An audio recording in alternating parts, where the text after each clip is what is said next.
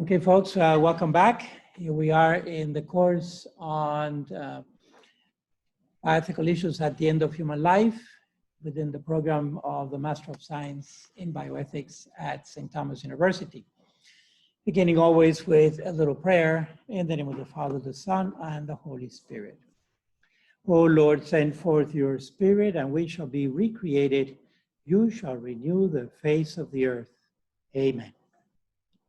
Son, Holy Spirit. Okay, questions or comments from previous lectures?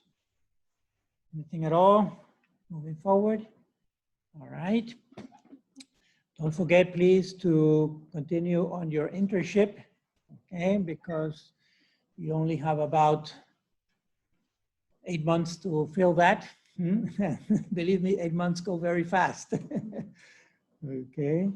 If you are having difficulty with your internship or finding a location, anything at all, let me know, please, and we can work on it. And I'm still offering 3 hours for every hour of work at the forest in reforestation, restoring our unique /pine forest here at St. Thomas University. All right, so after the little advertisement, going forward, we're looking at these end-of-life issues, and just to situate ourselves in the big picture, as always, in contrast with the bioethical issues at the beginning of human life, at the end of human life, it's a little more challenging from at least one aspect when we look at the biology of it, right? Because bioethics is based on evidence-based, we say, in other words, based on the facts of nature. And the facts of nature is that we all begin as a single cell. The beginning of human life is like the beginning of any other life, organically speaking, here on Earth, which is a single cell we call the zygote. And that zygote is either dead or alive, right? And if that zygote is alive and is left in his or her natural environment, which for the human is her mother's womb, then normally, on average, within 9 months, we have the birth of a baby. Whereas at the end of life, we have literally trillions of cells, and evidently they don't all die at the same time. And therefore, the death is a process. It's a process that may take a few minutes, a few hours, a few days, a few weeks, or a few months, depending on the vital organ that we're talking about. And so we do focus on vital organs because, as the word says, these organs are necessary for life, organically, biologically speaking, all right? And so we have about a dozen organs that are vital organs, pretty much the head and the core of our body. If any one of those organs has begun dying irreversibly, then that indicates the beginning of the death process. And that death process may be sudden, like a heart attack, or may be subtle, like renal failure. And it depends really on which organ we're talking about and the type of injury or simply longevity, because no one lives forever here on Earth, right? So all organs have a time span, and the lifespan of humans, we'll review that issue today again, but basically the lifespan for humans is around 80 years. It's interesting that there is a quote in sacred scripture from the Old Testament. So we're talking about more than 2,000 years ago, possibly 3,000 years ago, that says somehow like this, paraphrasing, the life of a human is 70 years old, or 80 for those who are strong. It says something like that, okay? So in 3,000 years, in spite of all the medicine that we practice today and the level of sophistication of medical practice, the average lifespan for the human is still about 80 years old, which means that it's a biological fact of our species. And every species has a particular lifespan. There are some species that have a lifespan of a few weeks in some insects, and other species that have a lifespan over 200 or 300 years, like certain turtles, okay? So it depends from species to species. Okay, so back to the human then. We're looking at these issues at the end of human life. And first we review the vital organs of the body. And then we looked at the state of consciousness or unconsciousness, being that the brain and the brainstem are the ones that essentially control all of the other body functions, whether they are voluntary functions or involuntary functions. But we can say that the most vital of the vital organs is the brain, because any other vital organ without innervation, without a nervous system, is not going to function properly, okay, or function at all. And we'll be concentrating a little bit more on the brain and the brainstem today, precisely because of the determination of death. So we have, we're going to start with this whole issue of the determination of death, and then also look at a few other issues that are associated with the determination of death or are a consequence of that, and then finish up with the very bioethical question of killing or allowing to die, because it should be our intuition that we're not allowed to kill anyone, all right? But we are allowed to let people die. In fact, we could almost make a claim that we have an imperative, an ethical imperative to allow people to die, and we'll get there. All right, so going back to this determination of death then, important to understand that the determination of death is essentially a medical act, it's a clinical act, all right? It's not the state or committee or any individual or the Holy Father or the president that determines the death of people. It is a healthcare professional, typically a medical doctor, and in some cases it could be a nurse practitioner, but it's basically a health professional who has been trained clinically to determine if this person in front of me is dead or alive, all right? And so it is a medical determination, it's a medical act to determine death. And yet, you might be surprised that before the 1980s, there was no uniformity on the determination of death in the United States. So literally, one could be dead in one state and alive in another state. That's what it meant, because there was no uniform determination of death throughout the whole United States, okay? It really went state by state, and each state had its own guidelines, laws, regulations, etc., on how to declare a person dead. But there was no uniformity. Now you can see that that poses a lot of problems. Beyond the bioethical issues, it poses problems of inheritance, for example, and even for funerals, because a person has to be declared dead to be buried and so forth. And so this caused really a lot of confusion, especially more so today or since the second half of last century, right?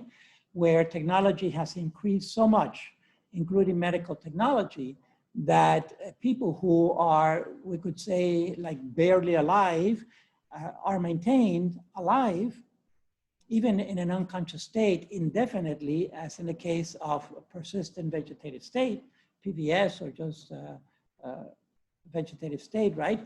They can be maintained alive, minimally alive, but alive, and essentially indefinitely, with minimal support, medical support, but critical support, all right? And so it begged the question to have a uniform determination of death throughout the whole United States.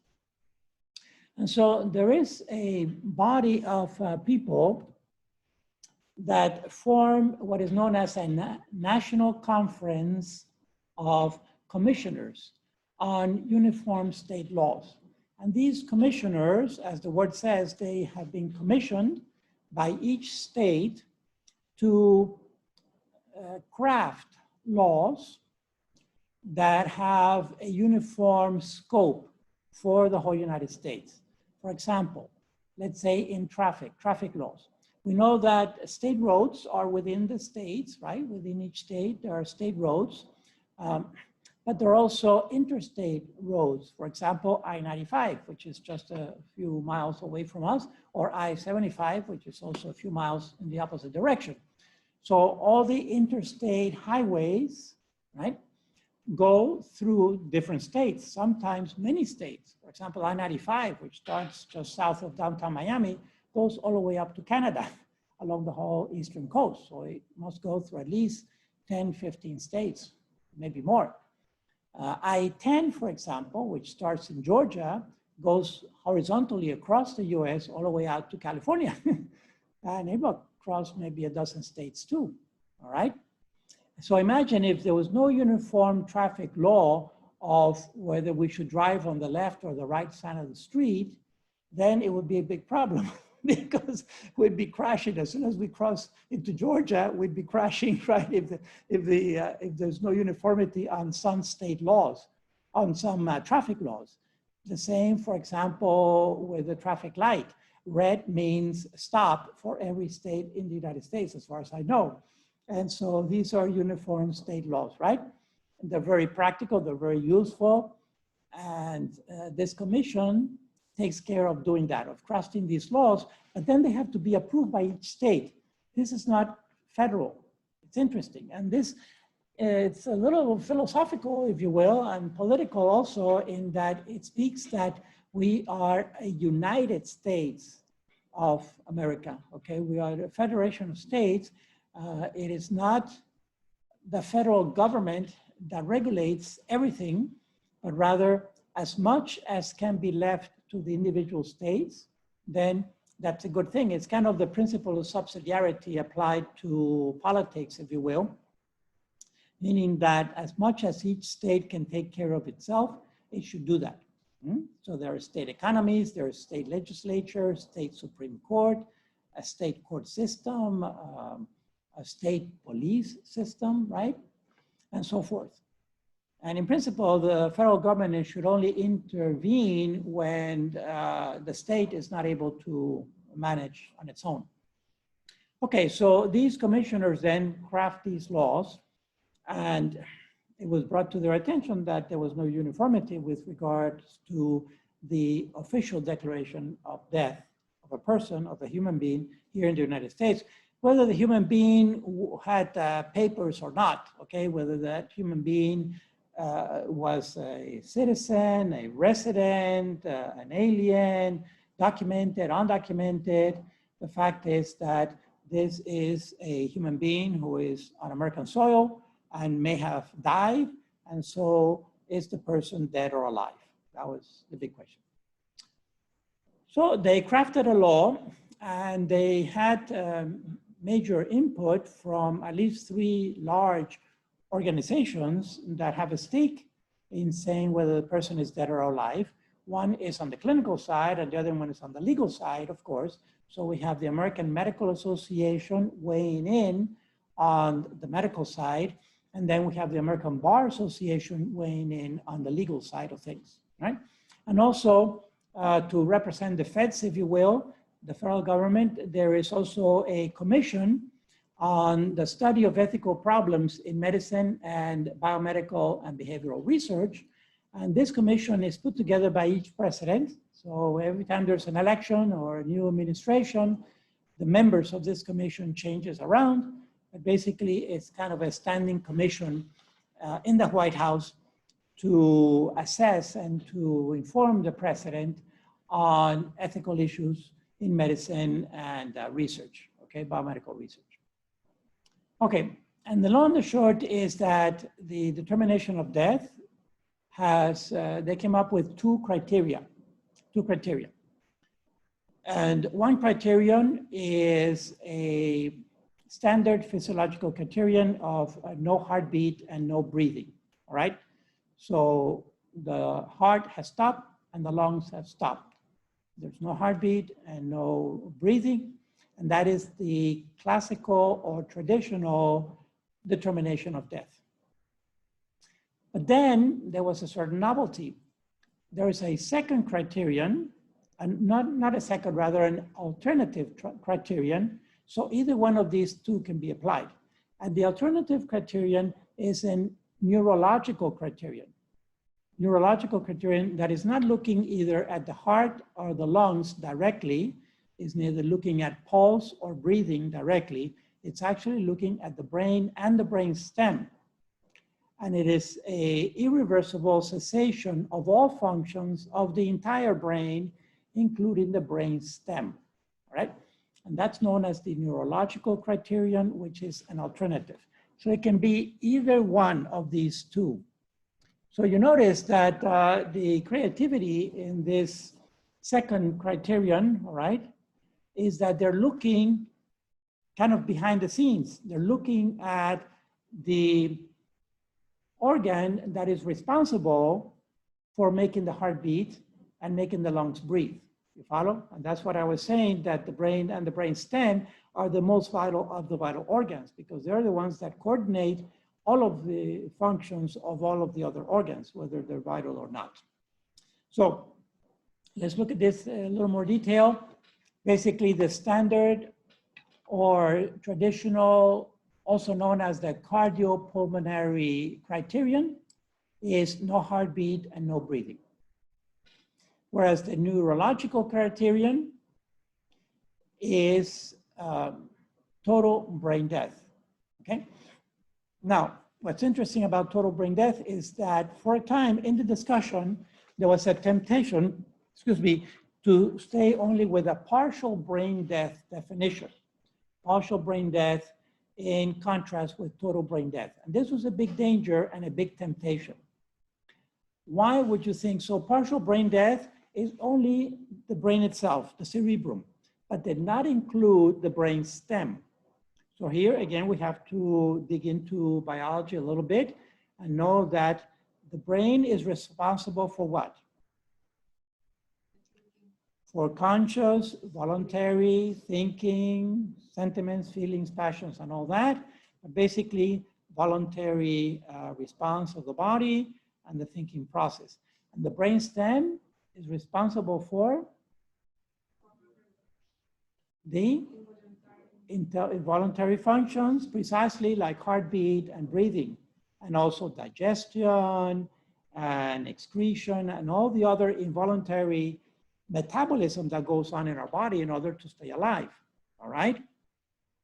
And so the temptation to stay only with a partial brain death definition of death was coming mostly from the desire and the urgency to do what?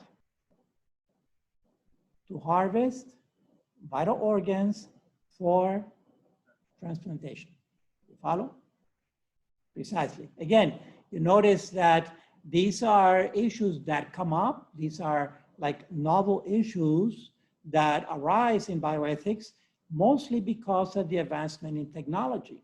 What used to be fantasy a few years ago is a reality today, can be done in the lab. That's why one way of defining bioethics is what may be done of what can be done in science and technology today. In other words, can be done involves mostly a technology. Can I do this physically? Can I do this mechanically, materially, right?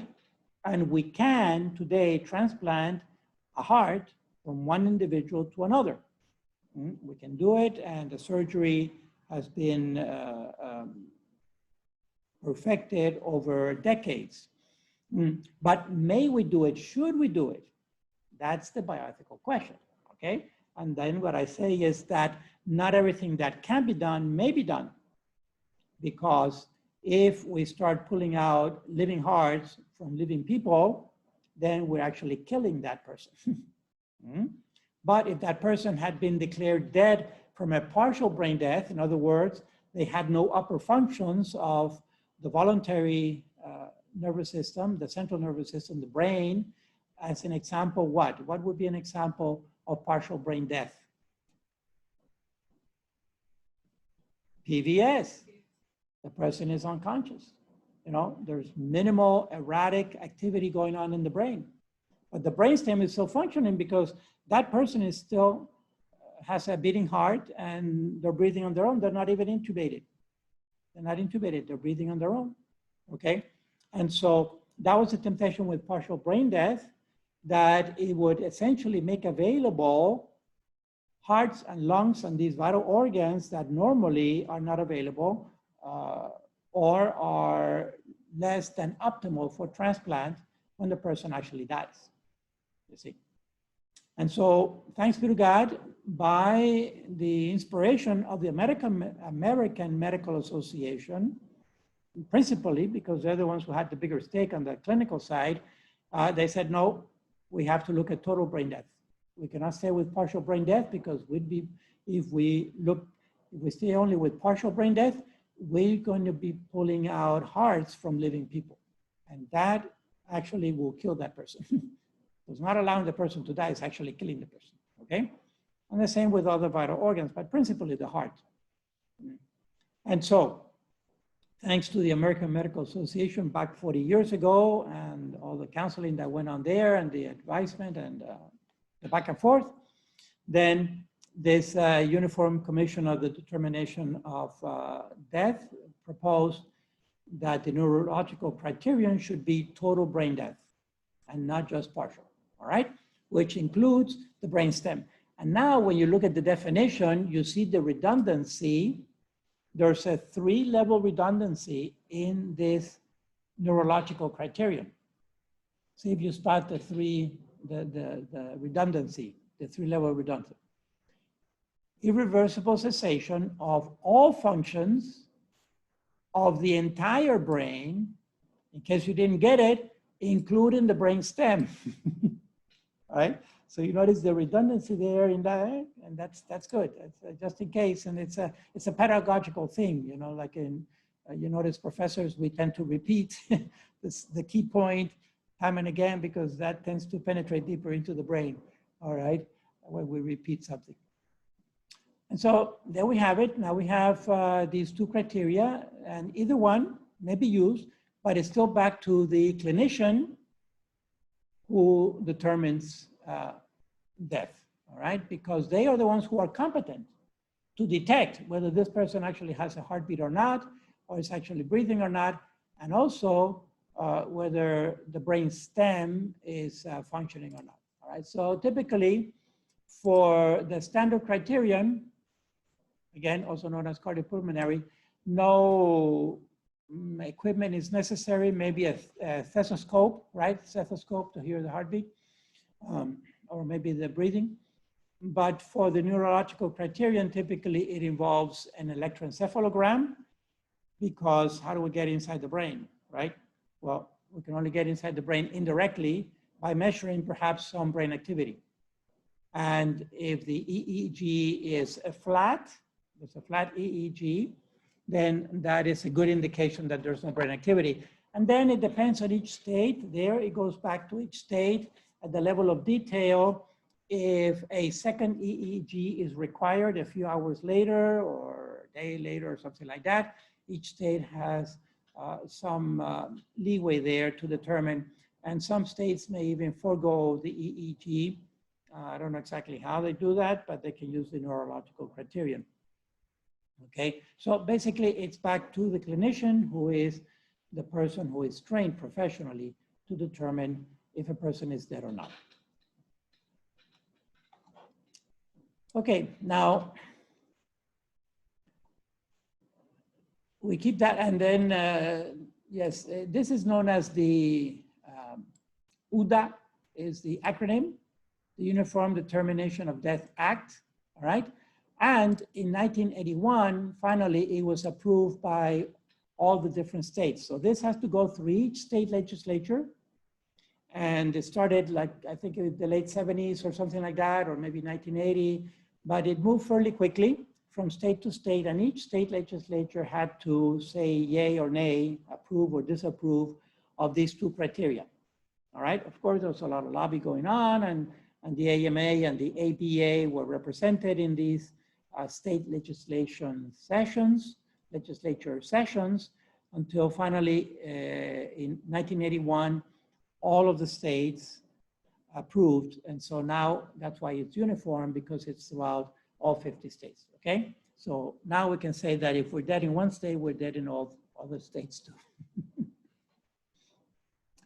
Okay, let's back out of this for a moment and look at the bigger picture again, because we're talking about death, or the death process, the dying process, all right, which seldom is it very sudden like that. Typically a traumatic injury to a vital organ would kill the person fairly fast, either a lethal blow to the head or to the heart, sometimes to the lungs, sometimes to the kidneys, both kidneys, but gets a little more dicey with the other organs. But basically, most people don't die a sudden death, all right? It's rather a process that may take, like I say, a few minutes, a few hours, a few days, a few weeks. And so there's a process going on. And that person is diminishing in consciousness, but still alive, all right? And I want to point out that with regards to life as a whole, life itself, we're either dead or alive, okay? We may be barely alive, but we're still alive. So for example, to put it drastically, we don't bury people who are fully alive, and we don't bury people who are barely alive either, okay? We only bury people who are dead. And when we're dead, we're fully dead. We're not partially dead. And so it's very important to keep these categories in mind, that we are either dead or alive, even though individual cells or tissues or even organs in our body may still be alive, but we have lost at the time of death, whenever that happens, we have lost the integration of the person as a whole. So really, philosophically and existentially and anthropologically, we no longer have a person, we now have a cadaver. And that cadaver may still have some cells, some tissues, and some organs that are alive. For example, so our nails continue to grow sometimes for weeks after death, right? Which means that the cuticle is still alive, the cells on the cuticle, because they're the ones that produce the keratin that makes the cell, that makes the nail, the fingernail. And likewise with any other organ, tissues, they may still be alive individually, but there is no unified whole, there's no metabolism going on as such, okay? There's a breakdown of the integration, and typically it's associated with the brain itself. So when the brain dies, including the brain stem, then that person is definitely dead, all right? Even if other organs may still be alive for some particular time. Again, that's important, going back to the whole issue of transplantation. I will pick up that toward the end of the course. We'll have one lecture on transplantation, organ transplants.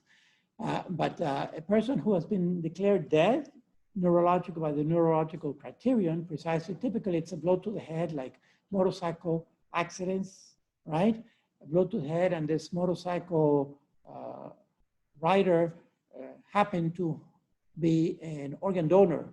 They have it on their license, on driver's license. Traumatic lethal injury to the head, but some organs may still be alive.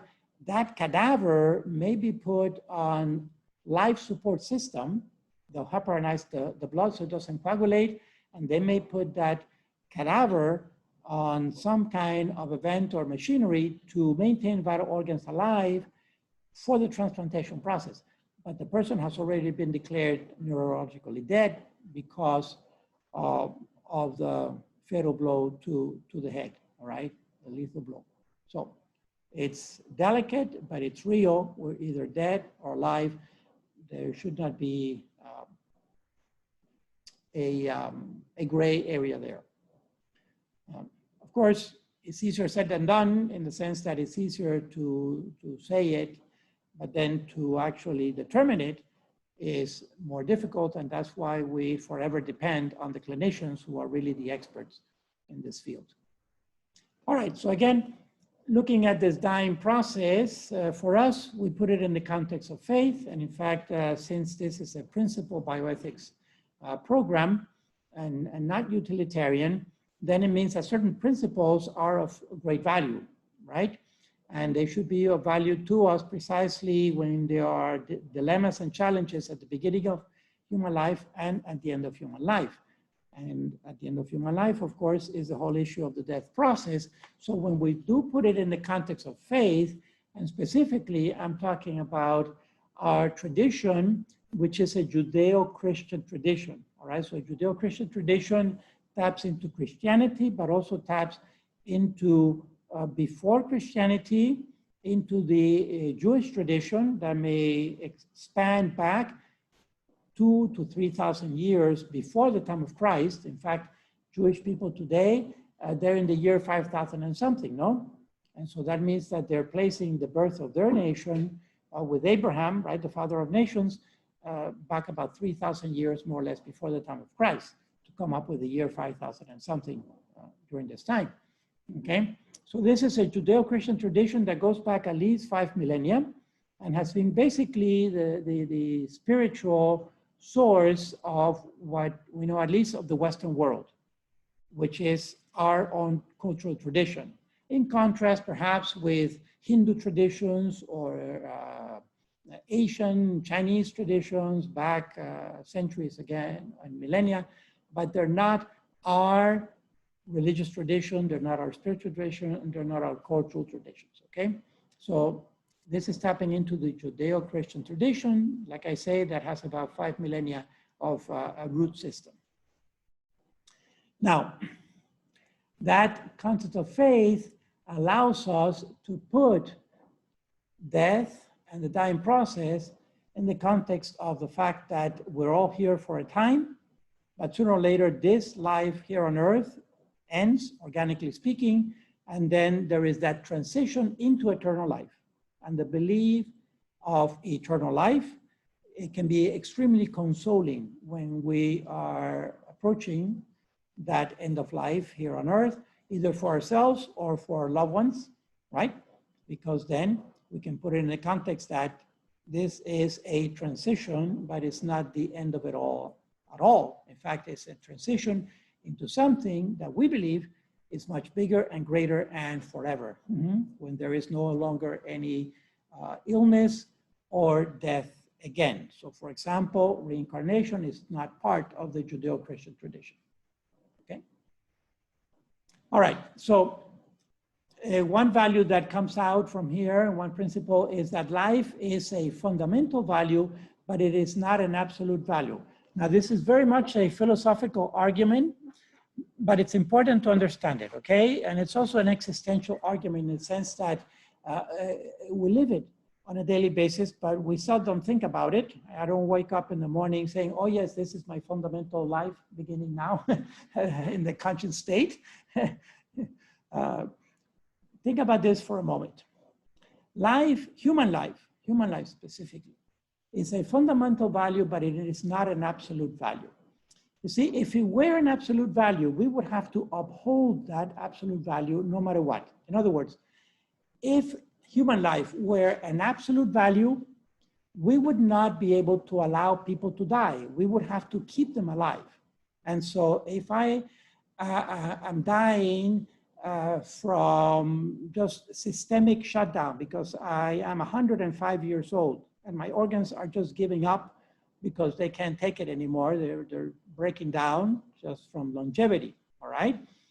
And I'm dying and my organs are failing, my vital organs are failing. If human life were an absolute value, people would have to keep me alive.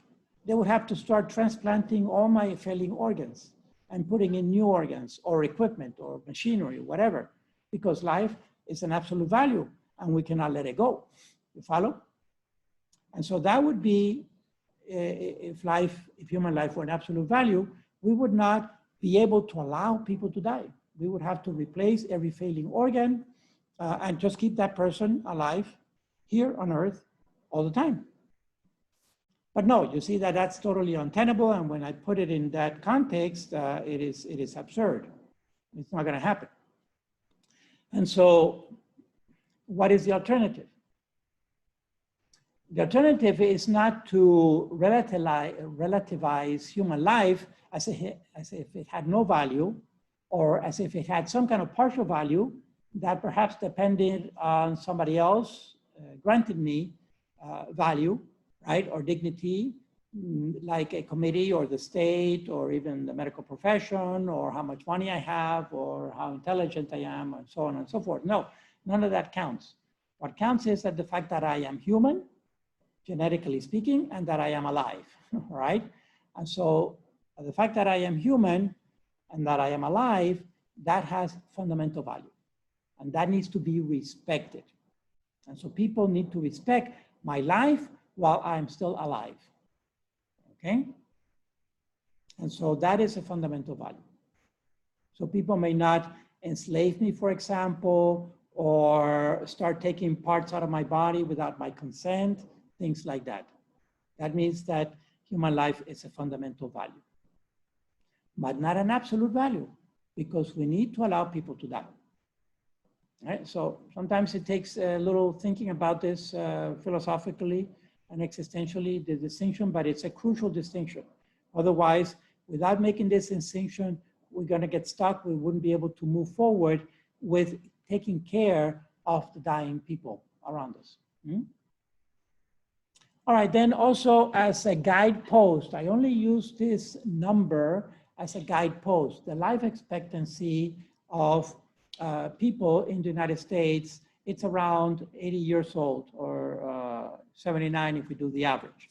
So for women, it's 81 years, and for men, it's about 76 years or 77 years, right? Yes, so women get to live a little longer than us. They get to suffer a little bit more than us. They must have done something wrong to deserve that, but that's how it is. It's just human nature, okay? And actually, it has to do with a little bit of stress. It turns out that apparently women handle stress better, including pregnancy and multitasking and all this, even though, and their chemistry is more complicated than ours, than men. So the metabolism of women is a little more complicated than the metabolism of men in general. For example, the cycling and the reproductive years and so forth. And men tend to be a little more susceptible to stress, and heart attack, as you know, is still the #1 killer in the United States due to stress, all right? And cancer is a close second. That may also be due to stress because it lowers the immune system. Stress does, and then when the immune system is lower, cancer can take root, and the proto-oncogenes can turn into oncogenes, and so on and so forth. Anyway, it's complicated, but that's those are the numbers there. And it's just to have a guidepost, all right? So we can say a person who is in their 80s, they have basically lived a full life. So we could say that on average, any death before 80 is kind of a premature death. But a death after the 80s in the United States is, they've lived beyond the average. That's all we can say, all right? It doesn't mean that people who turn 79 or 80 have to be disconnected from whatever life support they're in. Not at all. It's just a guidepost, okay? All right. Also to point out, this is just a kind of an amusing point, but the average, 79, is really just a statistical average, but it's kind of meaningless because we're not a statistic. We're either a man or a woman genetically. Even if we have transitioned, we're still genetically a man or a woman according to our genes. So the two values still stand for either the average life expectancy for women or the life expectancy for men, all right? All right, let's move forward then. This is a little potpourri of issues that I've talked about before also, just kind of recalling them. When we're looking at toward the end of life, many times, not always, but many times there is pain and or suffering going on, either pain or suffering, or many times it occurs together also. But just to keep in mind that for managing pain or suffering, it may take different specialties or different professionals, healthcare professionals, who are more competent, like the medical doctor would be more attuned with pain management, whereas a psychologist, a psychiatrist would be more in tune with suffering management, all right?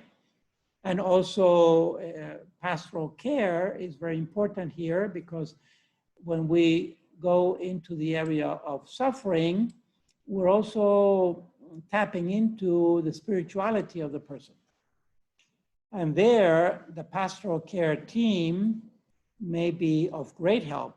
Whereas, for example, myself as a priest, I really know very little about pain management and such, because I'm not a clinician and I certainly cannot prescribe painkillers or anything like that. But with regards to suffering, I may have a lot to offer a person who is dying and is suffering, all right? Because then kicks in the spiritual realm, and it can be very consoling to have a pastoral care team, a bedside at the time of the death of a loved one, because of the suffering component. Also, then to determine what we want to get at here is whether the means that are the medical means that are being offered for life support, are they ordinary or extraordinary? And so we have to do that burden benefit analysis, okay? And we'll review the ERDs that I mentioned briefly last time. We're going to review them again, 56 and 57, within the context of the end of life issues. So we're looking at that part 5 of the document. So the burden benefit analysis is normally the one that we do in principle bioethics to determine what is best for the patient, And it's important also to focus on the patient and not the other people around the patient, okay? Because sometimes decisions are made, what is convenient or what is less painful or less suffering for the loved ones. And they're not really focusing on the patient, they're focusing on themselves, and that could be subconscious, but I've seen it happen, very real, especially, let's say, the adult children of a dying mother or father, right? And it's always important to get them to focus on the dying person and on themselves, on their own feelings and sentiments. Obviously, there are feelings involved there, but we're trying to do what is best for the patient at all times. And to mention one more time that the clinical aspect is vital, because without a diagnosis, there is no prognosis. And typically we're going to focus on the prognosis. Is the prognosis a good hope of recovery, or is it very poor or even abysmal? I have seen actually words like that. An abysmal prognosis means that the person is dying imminently, that there's really whatever life support you're going to offer here is totally futile, because no matter what we do, these organs are really failing fast, irreversibly, and whatever aggressive intervention we do, it's essentially useless, all right? So we have to be very realistic about that. All right, so now, we have to look at this aspect of trying to bridge the gap that happens sometimes between the clinical language and the bioethical language, okay? Because not always do we speak in the same terms, even though we are referring to the same reality, this patient here and now in front of us. So from the bioethical perspective, we talk about the means of life support as being ordinary or extraordinary, okay? They're either ordinary or extraordinary. Also, sometimes you find in the bioethical literature, proportionate, meaning ordinary, or disproportionate, meaning extraordinary.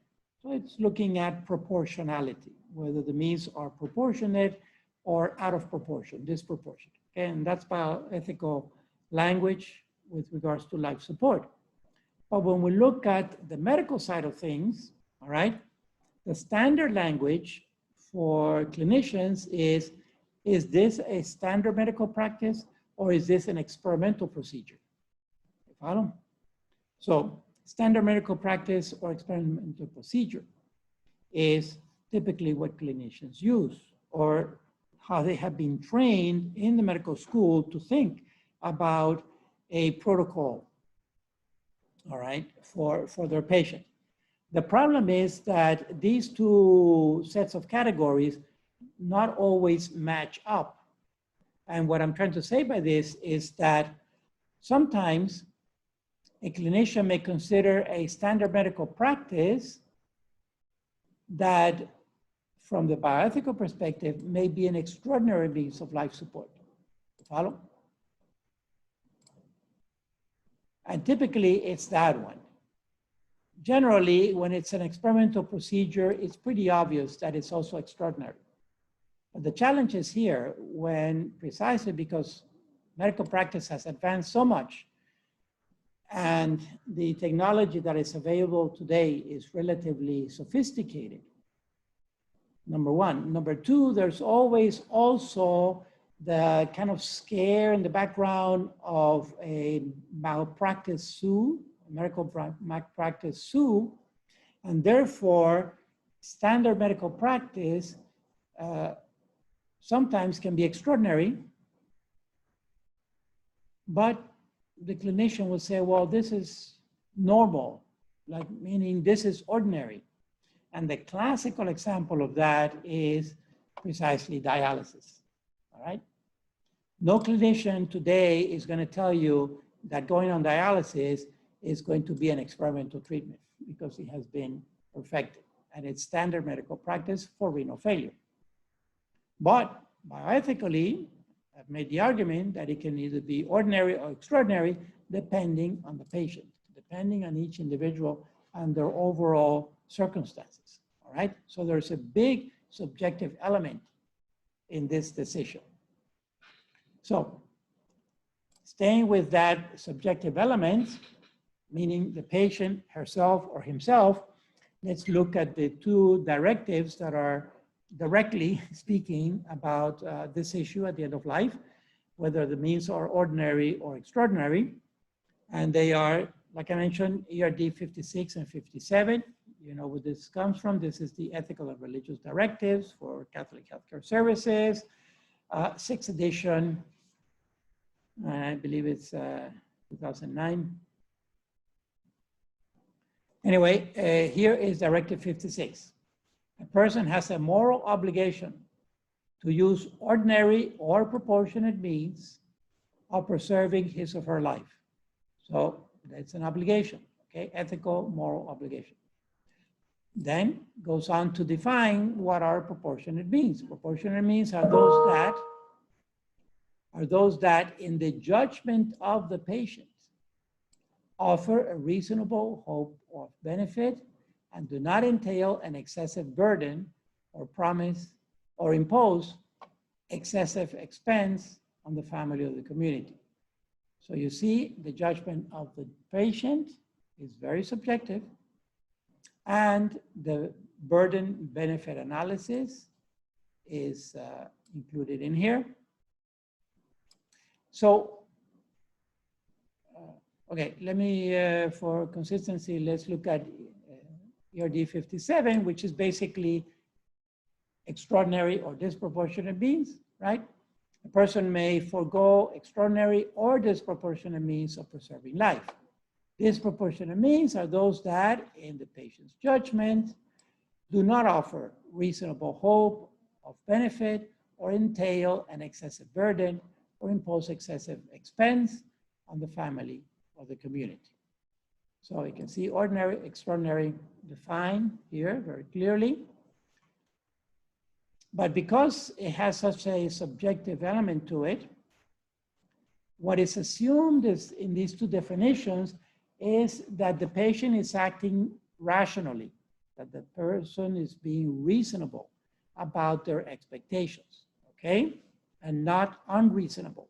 And that's the challenge. That's why it says reasonable benefit or excessive burden. In other words, we're assuming here that the patient is more or less lucid, alert, and can still think through critically what is their current state, the state of health, and what is the hope of recovery and so forth. What happens sometimes toward the end of life, it coincides with old age. And so the mind may not be as lucid in old age, especially if there is dementia, senile dementia or Alzheimer's kicking in, okay? And so how to decide and who decides and when are these decisions made. That's why we're going to make a big emphasis later on in next lecture on consent and proxy consent, okay? So the document also has quite a few directives. The ERDs have directives on consent and proxy consent and so forth. So here, of course, it's assumed that the patient is still lucid and may be able to reason through why they should go on life support or not. Follow? Okay, so then what I have is some examples of this. It's 10:30, so I can ask the question. We can either stop here for a few moments, a few minutes for a break and come back. We'll probably take another half hour, 40 minutes more or less to finish up. Or you want to continue straight through? What's your preference? Want to take a break? I'll take a break, yes? Okay, good. Yeah, we'll be going for an hour, so let's take a break now. We'll be back in about 15 minutes, right? Okay, so let me pause. Okay, welcome back. Let's go through the second half here, which this half is going to be shorter half than the first one. Also because we've seen these examples before, I just want to put them now in the context of ordinary or extraordinary means of life support, which is at least the official language of the ERDs that we're using, okay, as a guidance. And so when we hook up from the principal bioethics perspective of the Catholic Church, at least for the United States, these ERDs are essentially the document to use. And because they talk about ordinary and extraordinary means of life support, I like to dovetail that with the language that I introduced previously of assisting or substituting vital organs, okay? Because at least in my mind, over the years and decades really of being involved in the field and dealing with, on the one hand, dying patients or their family and loved ones, and on the other hand, with clinicians, healthcare professionals, whether doctors or nurses and so forth, sometimes the language doesn't match. So I find that this clinicians tend to understand assist or substitute a vital organ, all right? But ordinary and extraordinary, it's not part of their professional vocabulary necessarily. So let's look at some examples. And here we're trying to determine when to withhold or withdraw life support system. All right. So withhold would be to never connect the person, let's say never intubate, all right? Or to withdraw is once intubated, when is enough? When can we extubate the person, for example, or take out, say, a peg. We'll talk about the peg also, which is a feeding tube to the stomach, etc. Okay? Considering that these are life-saving treatments. And then the critical distinction, well, if we disconnect this patient, as they say, disconnect the patient from whatever tube or machinery, are we killing the person or are we allowing the person to die? See?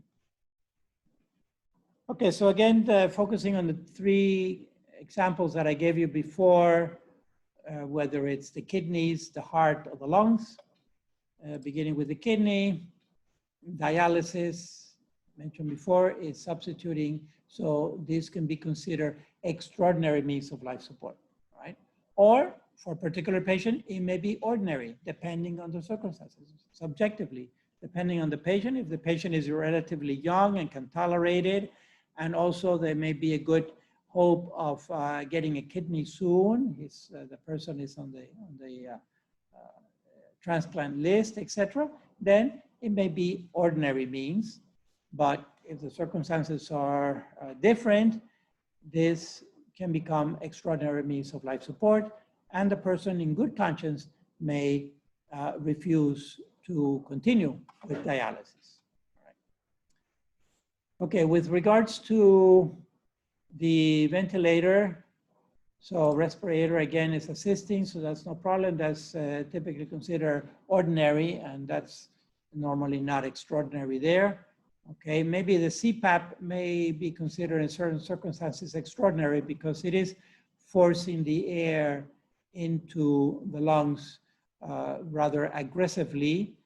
And maybe a person who has end-stage emphysema and is not going to tolerate the mask, or is not going to do any good anyway, all right?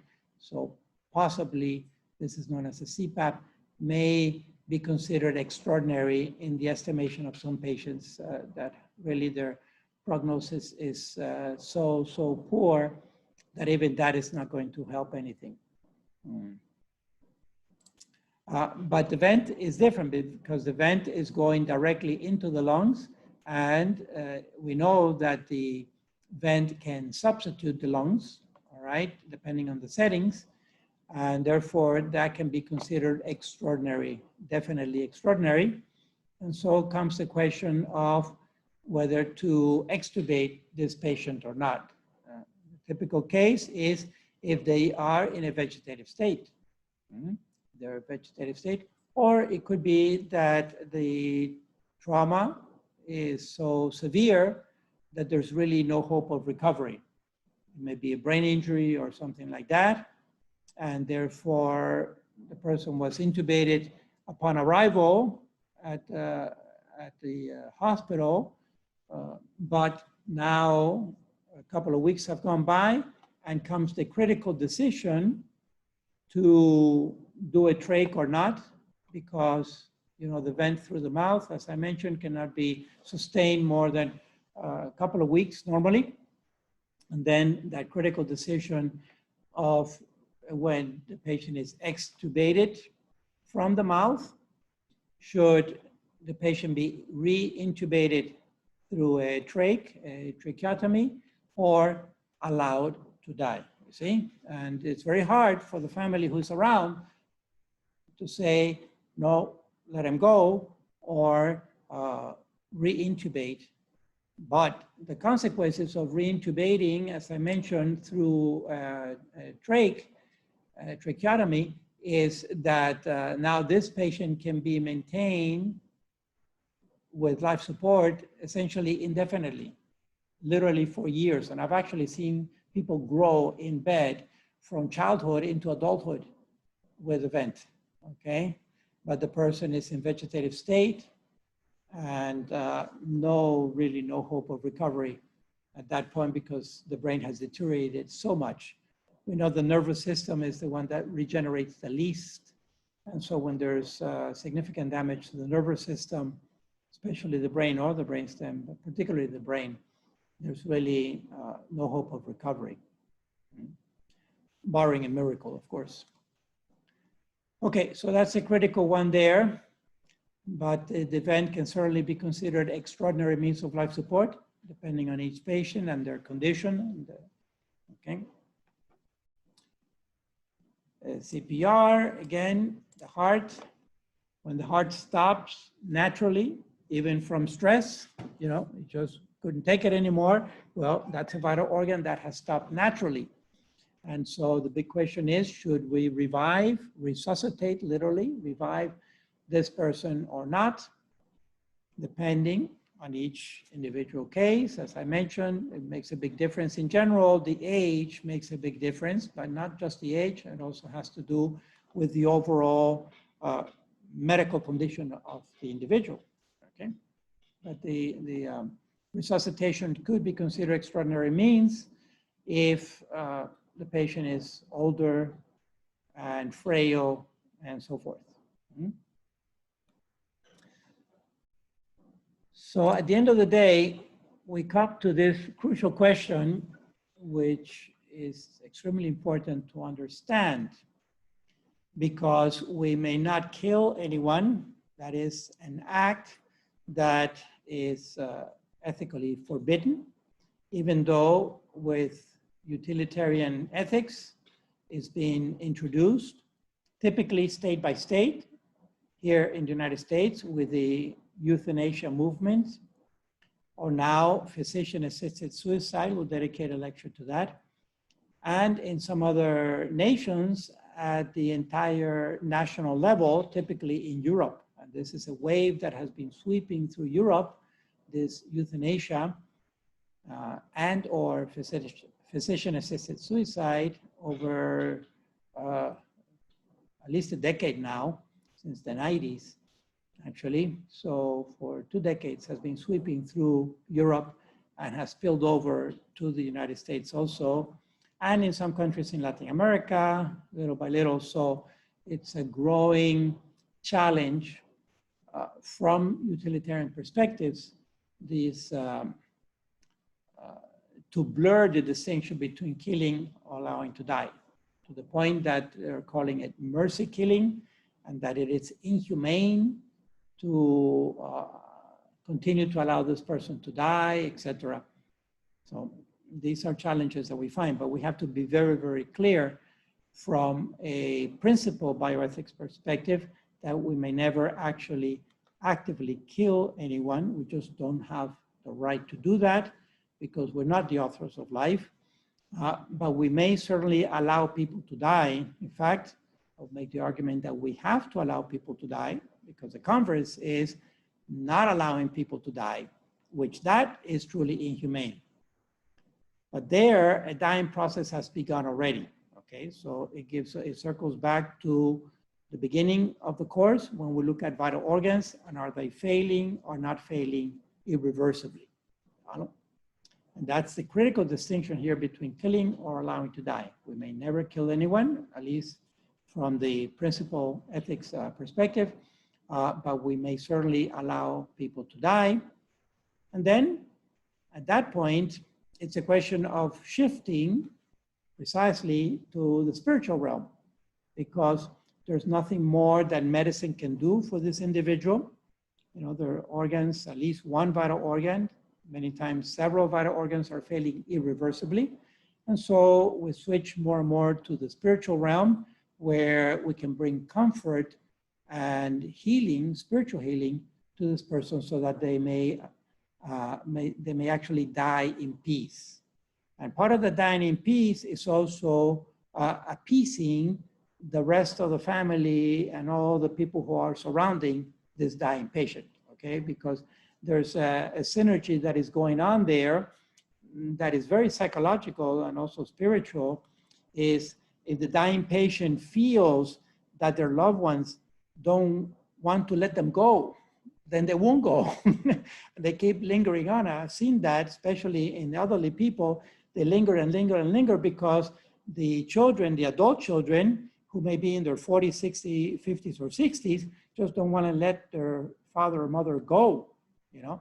And so that is causing anxiety, even though the dying patient cannot express it too well or verbalize it.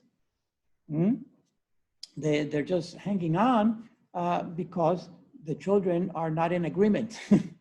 And that can be very distressing on everybody's side.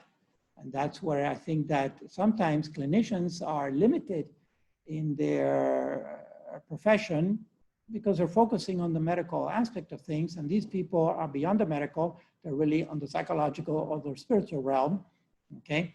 Even though it may not be evident, but sometimes we project our own fears and inhibitions and doubts on the other person, on the dying person. We may be afraid of dying and we project that fear onto the dying person. I'm perfectly healthy, but watching a loved one die, and if I have this fear of death, then I'm going to be projecting that to the other person, perhaps. So we have to be careful about that, okay? There's a lot of selflessness that needs to go on when we minister to people who are dying, because we really have to bracket our own feelings and sentiments and not allow them to get in the way of the healing that we're trying to offer, all right? Or the comfort in that final stage. Okay, so all this to say that the spirituality of the person and of the loved ones and of the professional team have a lot to say at the end of life. Okay, they really have a lot to contribute that will be very significant to allow that patient to really die in peace. And that's of whatever faith. I've ministered to patients who are dying and they're not Catholic, they're not necessarily Christian.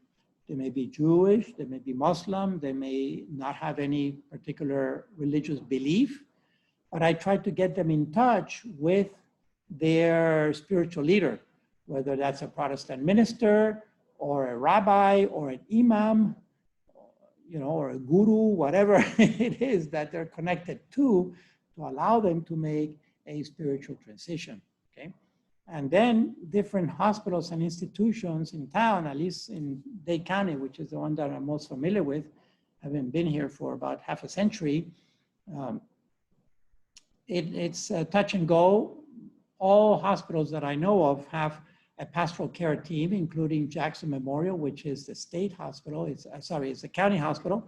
It's secular, it's humanistic, but they do have a pastoral care team, including priests and including Protestant ministers, rabbis, and imams for Muslim people, okay? So they have taken care of that. Of course, there are other hospitals that are private, non-for-profit, for-profit, but pretty much every hospital in town has a pastoral care team. And that's a standard thing throughout the nation, which means that finally, the medical profession has recognized the spiritual value. I mean, some people have always recognized it, okay?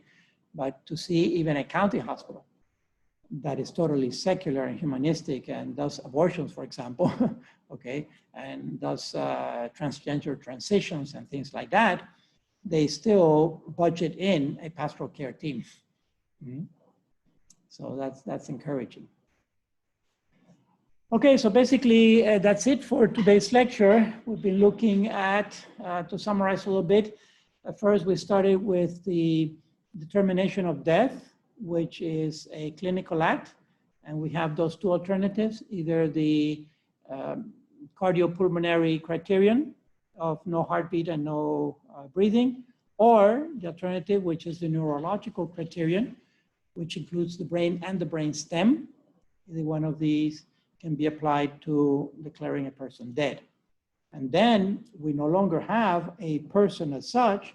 Now we have a cadaver, which is still has to be respected, all right, but has to be respected as a cadaver and not as a living human being. And so organs may be harvested and so forth, including vital organs, and the person now, the cadaver may be buried, should be buried. So in the dying process then, to try to make a transition that is a language that perhaps clinicians understand better, when I talk about ordinary or extraordinary means of life support in the bioethical realm, we're talking about assisting or substituting vital organs in medical terminology, and also with the loved ones, sometimes they can understand that language a little better, because we have to realize that ordinary or extraordinary are subjective. What is ordinary to me may be extraordinary to another person and vice versa. Part of it has to do also with tolerance to pain or suffering, which again brings in the spiritual realm of things, okay? All right, questions, comments, anything? No? All right, well, I have one question. Yes, okay. But it's not about the lecture, it's about the program. Okay, hold on a second. Let me turn it down a little bit. Yes. Okay. Go ahead, Jorge. So my question is, what classes are left of the program to take? I'm sorry, what classes, what? what classes are we taking in the summer and the Oh, fall? summer, yes. Oh, yes, coming up. Okay, so when we finish this course, you'll be halfway through, all right? Because you would have done 4 out of the 8 courses. And what is left is 2 courses in the summer, right? Which will be environmental bioethics and also statistical methods or biostatistics. And typically that's about 7 to 8 modules or lectures, right? So it'll be kind of a short summer, the first half of the summer, if you will. And then in the fall, you have healthcare bioethics, which is about 9 or 10 topics that we cover there, 9 or 10 modules. And also the internship, which is anchored, the internship course is anchored in the last semester, in the second fall, simply because I have to put the course somewhere, all right? The internship is actually going on throughout, because you don't want to leave 150 hours for the last couple of months of the year. All right, and that's why I keep insisting, get into the internship and start accumulating your hours. Okay, so for all practical purposes, the fall semester, it's only 1 course, and that's team taught, by the way. It's mostly videos from different medical doctors who are friends of mine and are covering different aspects of healthcare bioethics, okay? And then the summer with environmental bioethics and also the statistics course. The statistics Do you teach both of those? Sorry, no, I don't teach, I will teach the environmental bioethics, but I don't teach the statistics course. That will be a different professor. It's still TBA, we're trying to find, because since it's the summer, the professors here are out of contract. Our contract is only from the academic year. So every year we go through the same thing of trying to find the professor who will teach that course, all right? So here we are on the 11th hour.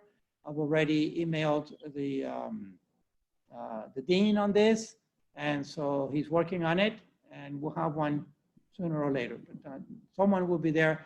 The other thing that I do also for the statistics course is I walk the course with you, and I participate as if I were a student also.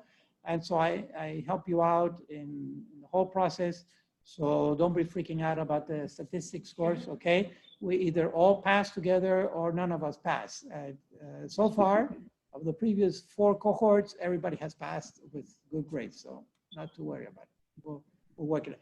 I also, what I do is I integrate some of the statistics that is being covered there. I integrate it in the environmental course because it lends itself to do some population analysis and to look at some basic things about statistics, to apply some of the statistical methods to the environmental course, all right? Okay. Thank you. Oh, thank you. Thank you for bringing it. No class next week. Arelina, thank you for bringing it up. Next week is Holy Week, so I'm not teaching. You're welcome to come here if you want to, but the place is going to be closed down. Okay, so no class next Saturday, which is Holy Week. And I take the opportunity to wish all of you a blessed Holy Week and a very blessed Easter season, all right? Especially the Triduum, beginning on Holy Thursday evening. Try to participate on that. It's a very, very special time of the year, as you know. And particularly since we did not have a public celebration of Easter last year, that was very big to cancel public celebration of Easter, okay? So now this year we have it, thanks be to God. So we'll pick up in 2 Saturdays from now. All right. All right, if there is... okay, then I'm going to close here and stop the share. Thanks again, and have a great week. God bless. Thank you. God bless. Okay. Yeah. All right, close here.